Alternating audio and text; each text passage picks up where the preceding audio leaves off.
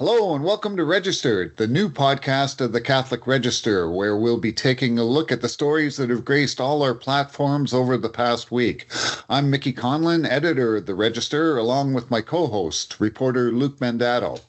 Hi, everyone. Thanks for joining us today.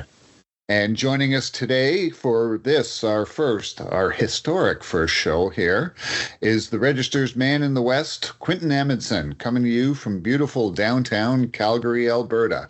Welcome, guys. Thank you very much for having me. It's very exciting to be here for this historic occasion.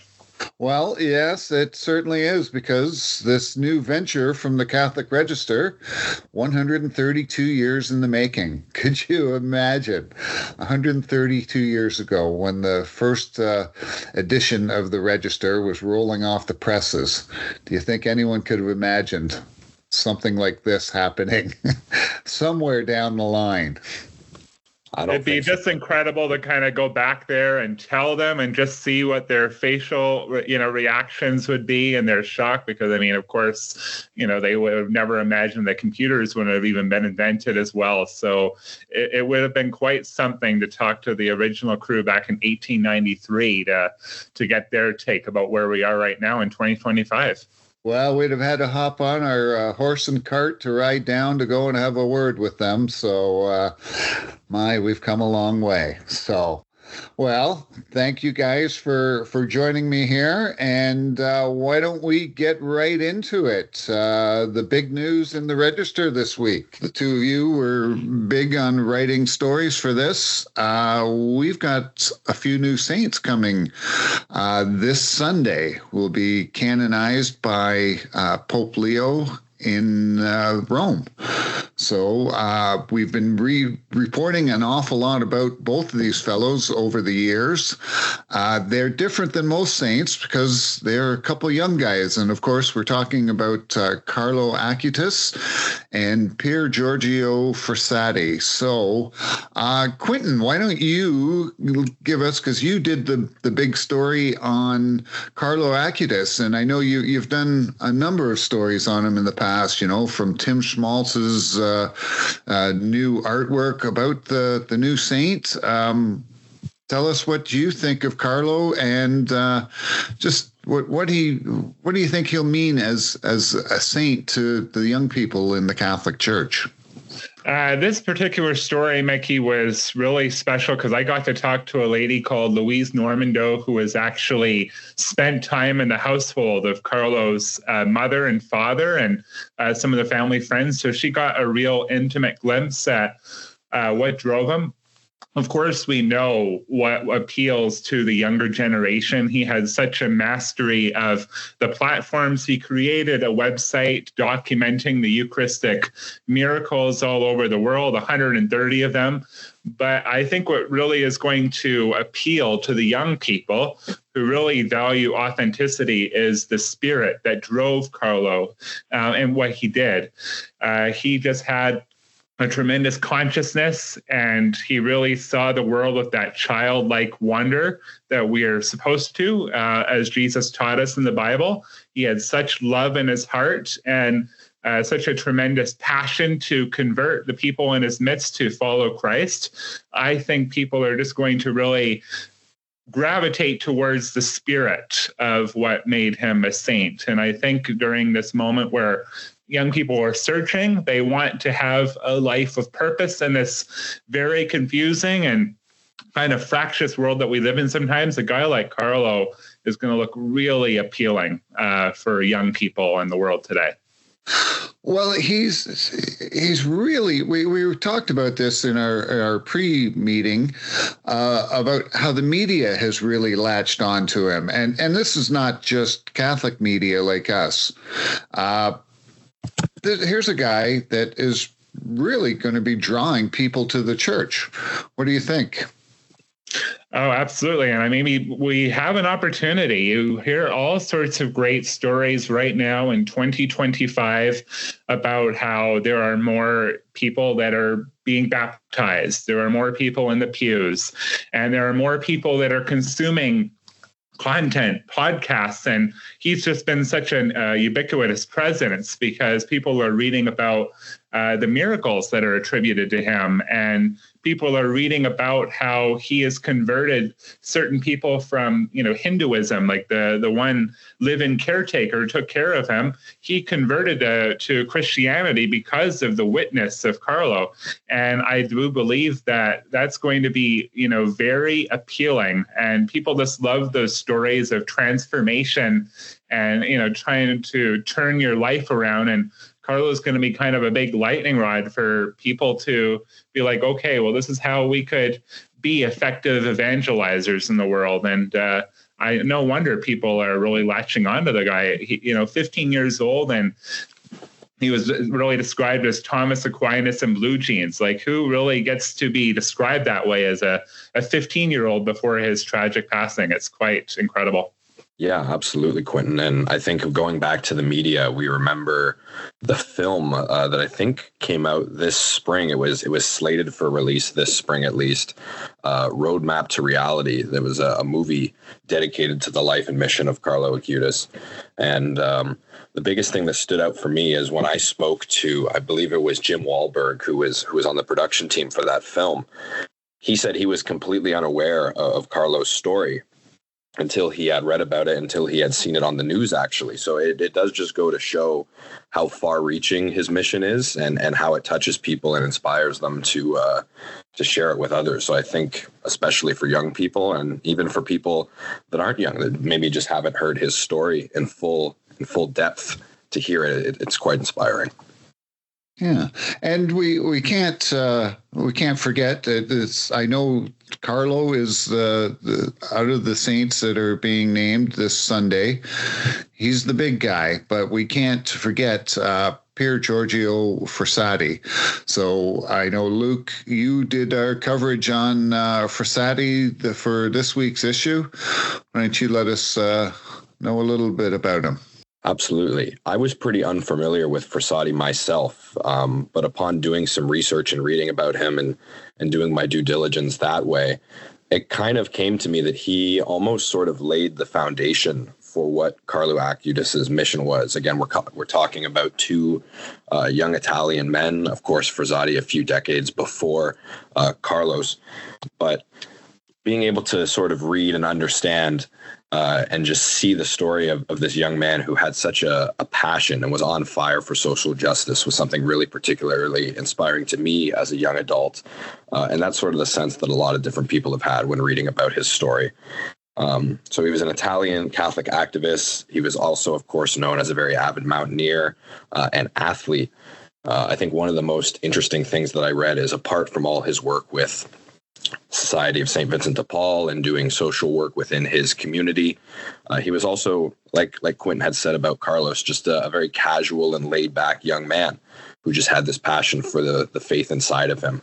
There's some great stories online about him taking his friends mountain climbing, mountaineering, using that opportunity to introduce them to the faith. And the first thing that came to mind is how many young Catholic and young Christian athletes today are doing the same thing with their friends, maybe some of their more secular friends, using sports, using, casual and personal life to introduce those people to the faith and to the teachings of Jesus.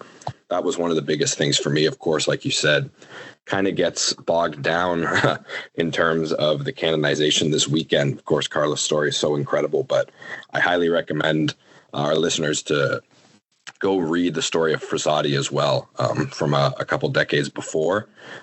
Really laid the groundwork, I think, for what young, passionate Catholic social teaching looks like and could look like. If you really want to know a little bit more about Frassati from a Canadian expert, I really recommend Father David Belusi of the Dominican Order out in BC, because he has delivered presentations across Canada about Frassati, and he has actually been supplied letters from Frassati's late relatives and a niece that really got a glimpse into what drove this guy back in the early 20th century. And what really stood out to Belusi is that Frassati is one of the most compelling examples of making holiness concrete in the early 20th century, about doing those works and that social justice mindset. So, yeah, definitely, considering he is a little bit more underreported compared to Acutis. If you want to take that next step, seems that Father David Belusi and his work and his scholarship is the best way to really see what drove Frassati back in the early of 20th century. The thing to me about these two young fellows, what I really like about them is, you see the saints. Most of us think of them as just, well, look at the stained glass windows in your church. And there's these robed and these holy men. And you've got these two guys, Carlo Acutis. You could have been, one of his soccer teammates. You could have been climbing a mountain with Frassati. They're just kind of the everyday people. And this is not to say that all the other saints were not just everyday people. It's just we don't know that. I guess you can say from a marketing perspective or something, but that may be a little oversimplified. But these are two guys. They sound like you could just sit down and have a conversation with. It's almost like hanging out with your buddies. And you just don't imagine Saint back in the old day playing Super Mario like Acutis did. Like that's what's really kind of like he knew how to play the video games. Is that he just limited himself to like 1 hour, a week. And you could maybe imagine maybe if Frassati was around, this time, perhaps he'd, gravitate towards similar interests. Like that's just so exotic compared to what we read about in the books and the liturgies that we do, revering the saints of the past. It's so cool to think about. He could play games, but then he'd stop, he'd moderate himself, and then really reorient himself on what matters. And that's what's aspirational about these guys. Absolutely, Quinton. And it's this great sort of duality within both of these soon-to-be saints. When I was talking with Jim Wahlberg about the Acutis story, he said, people get this idea, they have this vision, he wore blue jeans, he played Nintendo, he loved soccer. All of those things, yes, true. But also there's this other side to him. And it was sort of the same thing with Frassati as well, where through these casual interests, they use that as a platform for their faith and for sharing that faith. So I think that's, just incredible. I think Mickey said it best. I think it's just the natural appeal. It's so unique that it draws you in instantly. And I think that's the really important thing. And what a good thing for the young people within the Catholic Church. Well, it really makes them real to the young people, and God bless them all. Let's hope. Well, especially you've got the Frassati Academy out in Halifax that actually, Luke, you wrote about a week or so ago for us about they've taken on Frassati's name, and there's the example for our Canadian youth today, making him real. So. Also real, as we've seen, as coming out of Quebec, some of the big news.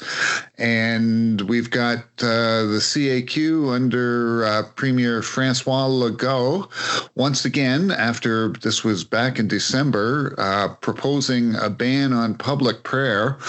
And sure enough, he said something about it then, and, that there was reaction to it. The best reaction was from Trois-Rivières Bishop Martin Lalibert, who let Legault know that prayer is not dangerous. Well, lo and behold, apparently it is, because just this past week, the CAQ is once again saying, here it is, we're going to ban public prayer. A lot of this is because there's been a spate of mass Islamic prayer. Mostly this is all part of the pro-Palestinian protests across Quebec. But they're getting angry about it in Quebec under the CAQ and Legault, and so he's promised to propose that he's going to bring a bill in. So what came out of that? Well, Archbishop Christian Lepine in Montreal, he's responded in a letter to an opinion letter just released, and you can see it up on our website. And basically, he's condemning this move. It's going against all all sense of fundamental freedom in a democratic society. Let me know what you guys think of this. I think it also sort of goes against all logic and all sort of, what makes sense in a modern world, albeit really a modern secular world or increasingly secular world. One of the points that the Archbishop brought up in that letter is he raised the question on how prayer would even be distinguished. Is praying going in the streets with your hands put together like this and going down on your knees? Is prayer silent reflection or meditation with your eyes closed, standing in the middle of the street? There's so many variables as to what prayer looks like for different people, even among Christians and Catholics, what prayer would look like in a public space. That alone, to me, logically, the pitch for this increasing secular society, especially there in Quebec, doesn't make a whole lot of sense to me. I don't know if Quinton has different thoughts on it, but the first read through of this for me, it was the letter from the Archbishop making more sense than the pitch from the Quebec government, if that makes sense.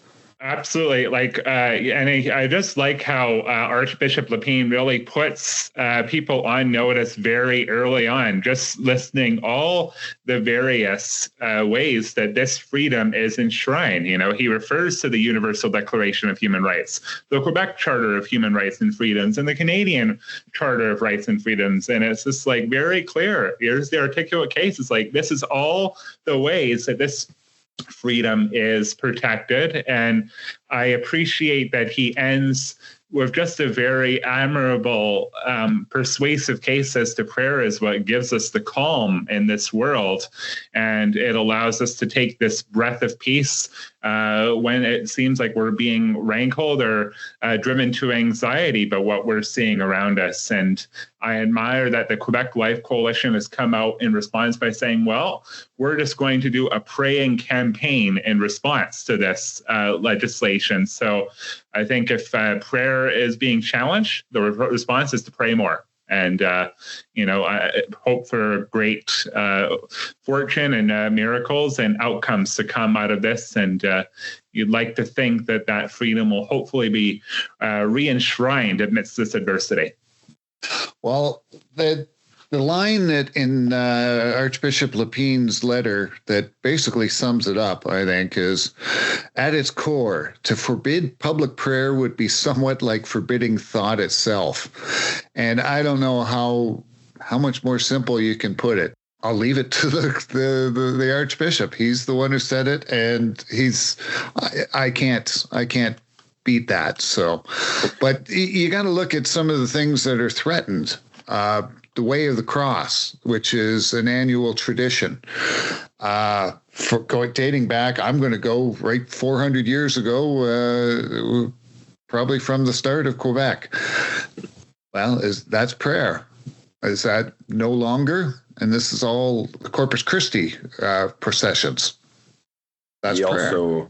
He also mentions Pope Francis's visit in 2022, saying, we realize with this that would not have been possible, albeit that was an event of global significance and one done in a very peaceful and respectful manner. So that's another thing that he mentions that I found interesting.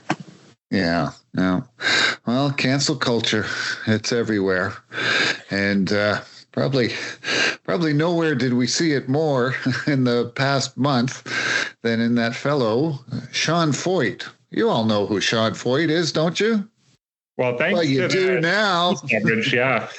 Yeah, no one knew who Sean Feucht was until cancel culture came after him. So for the three people out there who don't know who he is, the American MAGA, apparently, Christian pastor who had a tour of Canada, was going to held a few worship services in little nooks and crannies across the country.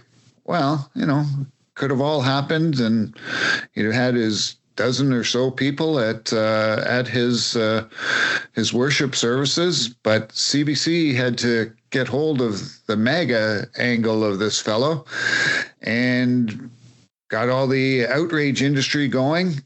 and they had him canceled. Well, how'd that work for you, CBC and the rest of you guys? Just let's look at his last show, we'll say his worship service, was in Kelowna. Kelowna actually did pull the permit from where he was going to have his service. Well, he ended up at some private property, and lo and behold, how many people were there? 2,000. 2,000 people that I am absolutely certain would never have been around. At least 90% of them would have been nowhere around this Sean Feucht if it hadn't been for cancel culture coming for him. I think it's just the perfect example of trying to kill the mosquito with the rocket launcher, Mickey, where they're trying so hard to control this, control a non-issue, and by doing so, you're giving the person, the artist, whatever the case may be, just an even bigger platform to use, right? Yes, big platform. And the platform was not taken away from him in a couple spots. Out in Saskatoon, City Council refused to pull his permit, as they'd done everywhere from Charlottetown to Abbotsford, BC, and all points in between. And then out in, I guess it was Edmonton, he had the service, and again was not. They did not pull the permit. So what does that say about people out in Alberta and Saskatchewan? As I look towards our Alberta correspondent. Well, it was, definitely enshrined by, certain municipal leaders. And I mean, even within the Premier's office, it was very clear that there was going to be freedom of expression allowed on the Alberta legislator grounds. And it did draw a significant crowd. And I think the fact that, like you were saying, and as Luke has alluded to, it's really that whole thing. Like the more that sometimes you make this big case, like, oh, don't look over here, like this guy is, the more you kind of want to look that way. It's like, oh, what do they not want me to see here? And they gave Mr. Feucht such life that he was able to secure so much podcast appearances. People just wanted to talk about him, to get his take about maybe the larger conversation about religion in Canada. So it is quite the sensation that came out of nowhere. Now I believe his tour is, done, and it'll be very interesting to see, what his reception could possibly be if he comes back in the summertime of 2026. So I think Mr. Feucht will be a guy that we might be looking at as an ongoing story, potentially, just to kind of do the comparison and contrast if he tries to come back here next summertime. Yeah. Well, it's we got to look back, and this is, I wrote a column about it in this week's issue, and it's basically taking a strip out of CBC for not learning lessons from the past, because there was this famous case back in, I believe it was 1985, the Holocaust denier Ernst Zundel, and he was all over the media. He had a case. His court case was in Toronto. He was charged with hate crimes for his Holocaust denial, and the guy lapped it up because every newspaper was there, blaring in its headlines what he said. Every newscast led off with Ernst Zundel, and so he could never have bought this much publicity. And the media just jumped all over it and gave him, $1 million worth of free publicity. And as I said, he lapped it up. Him and his coterie of anti-Semitic thugs all showing up at court every day in their hard hats. Look at that. That's 40 years ago, and I still remember this because the media gave him such publicity. Well, when it came to he was found guilty. It was overturned in the Court of Appeal. The media learned its lesson. Next time, They did not cover the trial whatsoever until it was, he was found guilty again, which again was overturned through the appeals process and everything. But they were no longer going to give him and his vile sentiments any airing. And God bless them for having done that. CBC did not learn, because once they got this cancel culture going on him, now they've gone after Sean Feucht's charitable fundraising arm of his ministry. So they just don't learn. We, even as Catholic press, we did very, very little on this.